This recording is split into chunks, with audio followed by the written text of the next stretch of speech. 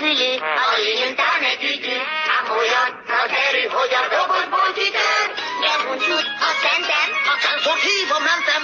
a börtön kalandjainkat a orvos írta föl, mert gyógyszer érdesebb az örömmormilé. És rémelünk elő, hogy innét nézzük szerveszét. Jaj, hibás a dolog, egy pofon indul gyallog. A börtön ám de szintbombás kalandra fel. Az egy szép, csak veszi, a csajam muci-nyuci, a montit veszi, elhíre érvehely.